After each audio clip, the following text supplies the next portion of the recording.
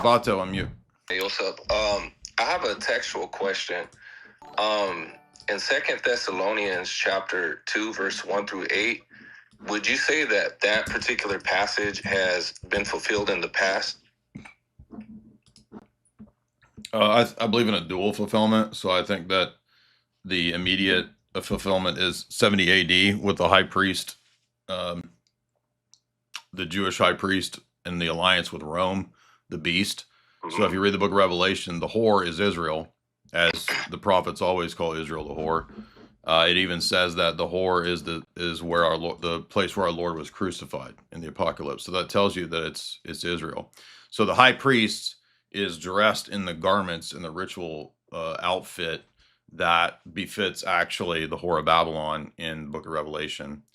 And John is thus in concert with all the Old Testament prophets who speak of Israel in that way, especially like Hosea. And by the way, God says in Hosea that he's going to divorce Israel. So when was that prophecy fulfilled, if not 70 AD? That's what I was saying to all these dispensations. So I think that there will be a future end times man of lawlessness, and this is usually how the patristic exegesis goes, that will be some sort of future temple with some sort of antichrist that dupes the Jews. I guess my follow-up question would be, because there in that passage it says that the lawless man would be destroyed by the coming of the Lord, and Paul is picking up in 2 Thessalonians what he previously discussed in his first letter. And in his first letter in chapter 4, he talks about that at the coming of the Lord, they would be raised from the dead. So how would you say that people, the saints, had come out of sleep in a dual way? Have you read the end of the book of Matthew where it says the saints at Christ's resurrection were walking around Israel? Yeah, correct. And right. But Paul wrote that after that occurred. Yeah, but what I'm saying is what's mentioned in 1 Thessalonians isn't a rapture. It's talking about the resurrection at the end of the world. So there's a coming in judgment in 70 AD, which Jesus talks about in Luke 21, when he says Israel will be surrounded by enemies, the temple will be destroyed. Luke 21 is very explicit that he's talking about people in that generation that would see that. 40 years later, it happened.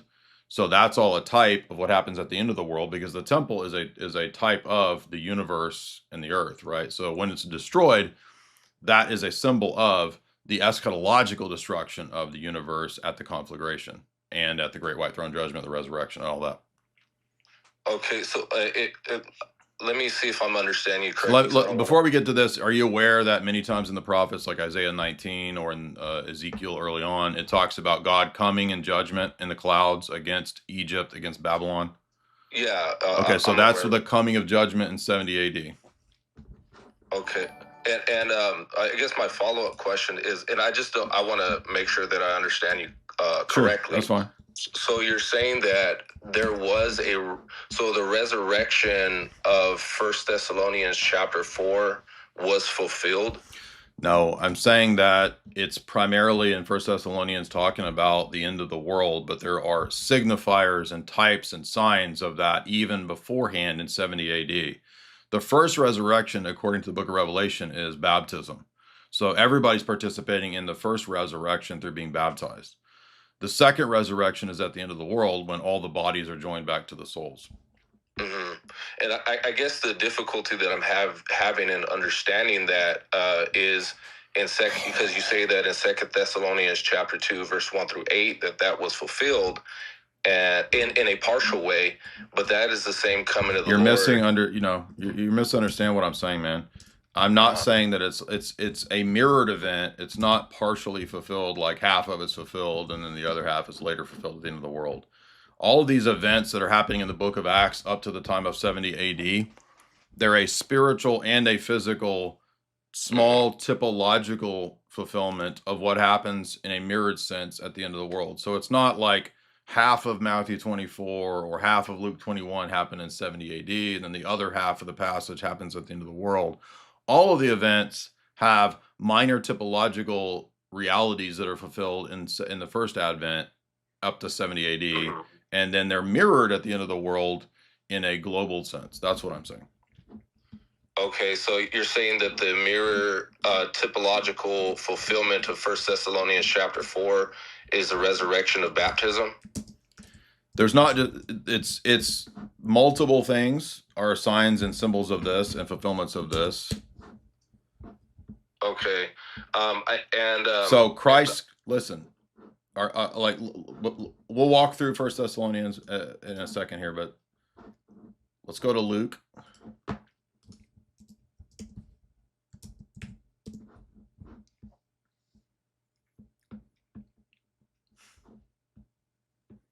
So in Luke 2, or Luke 21, Jesus says, then as he spoke about the temple, how it was adorned with beautiful stones, he said, the things that you see, the days will come in which not one stone will be left upon another. And they said, when is this going to be? What is the sign that this is about to take place? Take heed that you be not deceived. Now, evangelicals think this is talking to everybody right now at the end of their version of the end of the world. But when you do basic hermeneutics, who's the immediate context? Those listening. Right. So he's saying that you will see these things. You will hear about wars and commotions. Nation will rise against nation, kingdom against kingdom. There's earthquakes, famines, pestilences. Many of these things, by the way, are mentioned in the book of Acts. The apostles are persecuted and put into synagogues by the synagogue, put into prison. Right, that happens in the book of Acts, right? Mm. And then he talks about, don't worry, you will not lose your souls, etc. Then he says, you will see Jerusalem surrounded by armies. Know then that its desolation is near. Those of you that are in Judea, flee to the mountains. How am I supposed to flee to Judea? Is this relevant to me right now? No. These are the days of vengeance in which all things written in the prophets will be fulfilled. So all this stuff, and he says, there will be great distress upon this people. They will fall by the edge of the sword and be captive and led into the nations. Jerusalem will be trampled by the Gentiles until the time the Gentiles is fulfilled. Do you believe that all that happened in 70 AD? The pestilence, the famine, the abomination, desolation. Mm-hmm. Yeah. Okay. So look, so where's the issue with what I'm saying? So my issue is I'm struggling to wrap my mind around how there can be a dual fulfillment of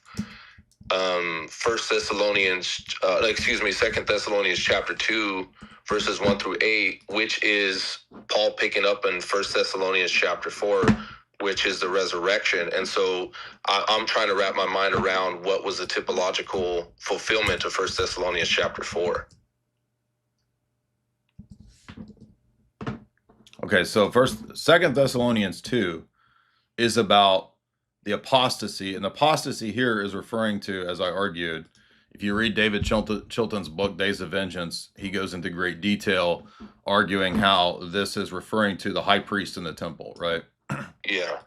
And the church fathers then also in many cases will argue, and they speculate, that this could either be an apostasy in the church at the end of the world, whereby the temple of God, if it's the church, then it's within the church that there is a massive apostasy and people turn away from the faith at the end of the world. Or the temple of God could be the actual literal temple in Israel. Either way, it doesn't really matter. You can interpret it both ways, depending upon what you think Paul's saying. But there is a final Antichrist. But in the book of Revelation, for example, the coming of the lawless one, if you look at the variant manuscripts there's some of the Greek manuscripts have 616, and then some of them have 666. And both of those in Gematria equal to Nero Caesar. So both refer to Caesar, which tells us that we know that even the variant text, John is telling us that Nero is who he's calling the beast in the book of Revelation. So Paul's writing before the events of the book of Revelation. I believe Revelation was written prior to 70 AD because it's the same lawless one that's being discussed here. But there's another final lawless one at the end of the world that will be the fulfillment of these passages. So you're saying then what was happening in 1 Thessalonians 4? Is that what you're saying? Yeah, because it seems to me that the lawless one that appears in the temple of God, which was the Herodian temple, is not disconnected from the and his destruction at the coming of the Lord, according to verse 8, is not disconnected from the coming of the Lord in 1 Thessalonians 4, which is the resurrection. And so, again, what I'm Yeah, trying to wrap because my mind but around, how does yeah. the mirrored position make sense of both of those? So where's the problem in the mirrored position? Yeah, I guess I don't see any problem with like a dual fulfillment. It's just I'm wanting to know what the first fulfillment of that resurrection of 1 Thessalonians 4 was. I hope that question makes sense. Well, I think that Christ is already not yet. So you can speak about both of these events as if they're the same event, because our temporal resurrection that happens in baptism is immediately connected to the resurrection. So even though they happen chronologically out of time, it's the same event, spiritually speaking. Your baptism is your resurrection. So that's why Revelation calls them basically the same event, even though they're called the first and second resurrections. You know what I'm talking about? Yeah. So, and let's look at, to prove this point. Let's look at Revelation 20. I saw thrones and those that were set on them, and judgment was committed to them. I saw the souls of those who had been beheaded for the witness of Christ, that did not worship the beast or his image. They did not receive his mark on the forehead. They lived and reigned with Christ for 1,000 years. But the rest of the dead did not live again until the 1,000 years are finished. This is the first resurrection. So everybody who's baptized into the kingdom is part of that millennial kingdom. It's not a literal 1,000 years. It is the church. The church is the kingdom. Throughout scriptures, 1,000 is used as just a big number, right? God owns the cattle on 1,000 hills, right? That doesn't mean that God doesn't own the cattle on hill 1,001, right? So, so the first resurrection is baptism, but it's basically the same resurrection. They're just temporally distinguished. That's why we call it already not yet. So is the kingdom here or is it in the future? It's already not yet. It's both. Mm-hmm. Okay, I guess my last follow-up question, and I guess we'll be done with after this, is and thanks for taking the time, by the way.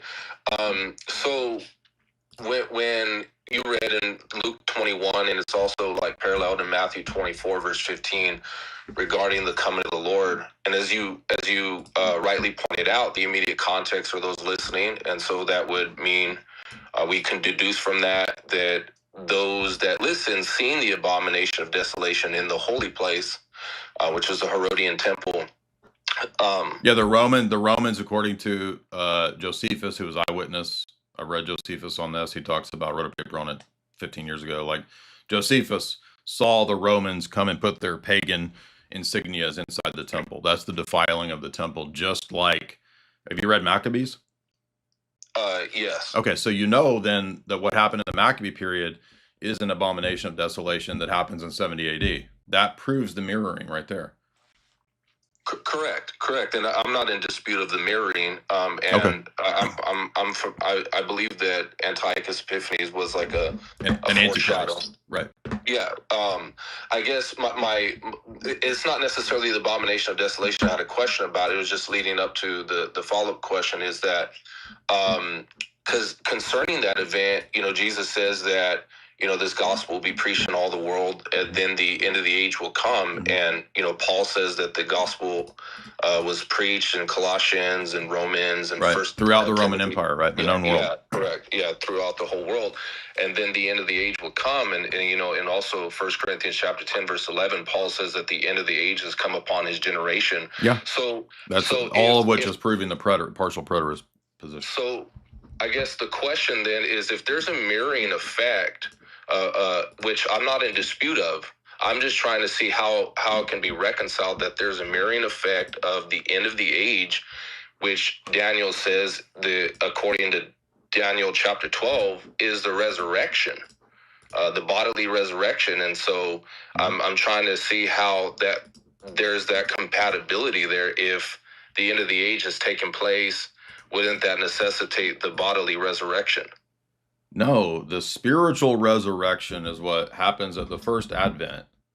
And that's the first resurrection of Revelation 20. At the end of the world is the bodily resurrection, which is the ultimate fulfillment of what has already taken place as the down payment. It's a both and, not an either or. It's the same principle with the kingdom, right? Is the kingdom here or is it a future reality? Yeah, no, I follow the rationale. Okay, so I'm not trying to be rude. I'm just still not understanding where the problem is, because there's nothing wrong with saying that all the events that are happening at the first advent, the institution of baptism, 70 AD, that is the coming of the kingdom and, in a general sense, the first spiritual resurrection. Mm-hmm. And this will be my last comment. I'll let you go, and thank you for being patient with my questions. Is I just so you can better understand my rationale. It's not that I dispute a mirroring effect or a dual fulfillment. It just seems like the reality of that second fulfillment is constrained to AD 70. Well, now you're a full preterist, so that would be heresy. Is that what you're trying to argue? It's not necessarily what I'm trying to argue. Is just I want to know if there's. I mean, has the bodily resurrection happened? I would say that if on the surface it appears that is what's logically deducible. Okay. No, it's not, because what are the other things that attend the final resurrection? Putting an end to death. Has death been destroyed? I guess it really depends on how you define death. Do you see people dying? If we define death as in the physical way, yeah. In Romans 8, death is described as both spiritual and physical as a result of the fall, correct? Do you mind showing me that? I'm not exactly knowing what you're referring to. You don't know Romans 8? I'm not trying to be mean. No, I do. I just don't know what verse in particular you're talking about. Okay, when Adam fell, did he bring physical and spiritual death? I would say spiritual death is definitely something I believe he brought. You don't think he brought? He didn't bring mortality, physical death. I don't know. I mean, you don't know because the only reason why I say that is because it said that the day he eats, he will die, but he didn't die physically that day. Well, he did die spiritually, and then he died physically, correct? So you don't think you don't believe mortality is a result of the fall? I believe separation from God is a result. Okay, so you're a Gnostic, so you don't believe in the bodily resurrection, is what this comes down to. Not necessarily. Okay, when is the bodily resurrection then? Where is it? Well, let me just say this and I'll answer your question. Is I believe that the resurrection is potentially bodily. I'm not entirely sure on the nature of the resurrection, but what my issue is it like Jesus's body? Is Jesus's body the pattern? Well, that's what the text says, but the John also says we don't know what he's like. No, it doesn't. He says that our body will be conformed to the image of his glorious body. He doesn't say that. Well, no, yeah, it says that. Okay, when Jesus was resurrected, was it the same body with the same piercing in the side? Did he walk around and eat fish? I mean, he walked through walls, so I don't know. I really. That's because it's deified. That doesn't mean it's not the same body. You don't know. I mean, what's the point of him having the piercing in his side that he tells Thomas, "Put your fingers in the side"? Yeah, no, definitely. It's something that there's some semblance. I can't say that I can. Okay, so why are you opposed to all of historic Christianity's teaching of the bodily resurrection? It's not even in question. No, I'm not opposed to it. You literally are opposed to it. You just said all the positions in opposition to it, and you're not aware that Adam brought mortality. No, what I'm saying is I do recognize that Jesus was pierced, and so that there was definitely a body that came out of the ground. I'm not disputing that. I'm just saying that to me it seems like a mystery to me how he can walk through walls. That's because he's deified. It doesn't mean that it's not the same body. It's stressed in the New Testament. It's the same body, but now glorified. So, and sure, I'm not disputing that. I don't have a solid position on the nature of that. I'm open to hear one way or the other. I really am. I'm more so focused on the timing of the resurrection that really I see is. So if you want to be a full preterist, go for it, man. Through one man, death came to all, bodily death and spiritual death. It's not even. This shouldn't even be it. So it took freaking an hour to get to that. Hello. Hey. So, if Adam didn't bring mortality, what's the point of Christ dying on the cross and resurrecting? A spiritual resurrection. So he's basically a Gnostic of some kind. Oh boy. He needs to ask himself that question there. Well, I mean, it's a basic, anthropology that we are body and soul. Obviously, the heart is part of the soul. So, I mean, if you're going to deny that man has body and soul, I mean, I don't even know where to go from that. So, and I mean, it's just such a fundamental